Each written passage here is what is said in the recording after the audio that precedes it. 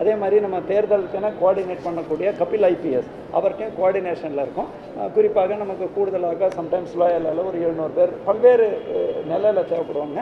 அவங்க யாரும் உள்ளே போக மாட்டாங்க. பட் அந்த மாதிரி நடுவில் ஃப்ரிஸ்கிங் தேவைப்படும். அதே மாதிரி செல்ஃபோன் டிபாசிட் பண்ணுறதுக்கான இடம், அது எல்லாமே தேர்தல் ஆணையம் என்னென்ன அறிவுரை கொடுக்குறாங்களோ முழுமையாக பின்பற்றுறது.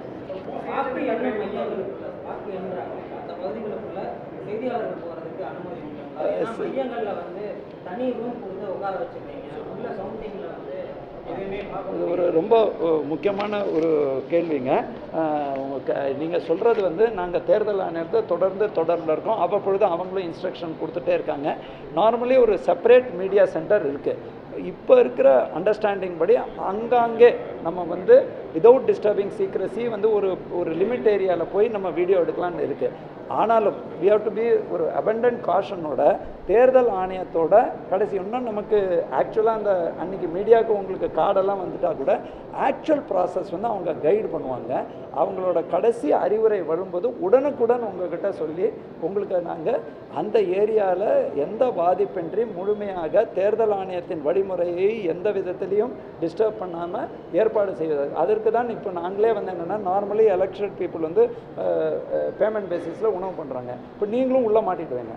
ஆனால் அதற்கும் நாங்கள் என்ன பண்ணியிருக்கோம்னா அந்த மாதிரி நம்ம யாராவது ஒருத்தர் 2 பேருக்கு அரேஞ்ச் பண்ண முடியல இருக்கக்கூடாது.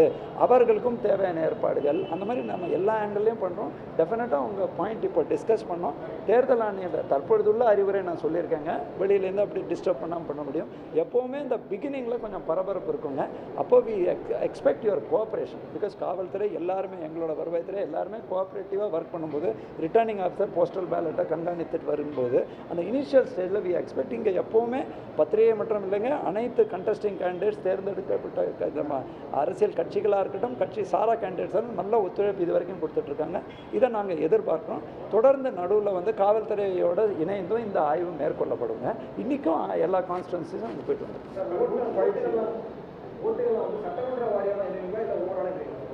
இல்லை, அது பூராவுமேங்க நான் வந்து ரேண்டமாக இங்கே சொல்ல விரும்பவில்லை. ஏனென்றால் நம்ம தேர்தல் ஆணையம் அதுக்கு கிளியர் கைட்லைன்ஸ் கொடுக்குறாங்க.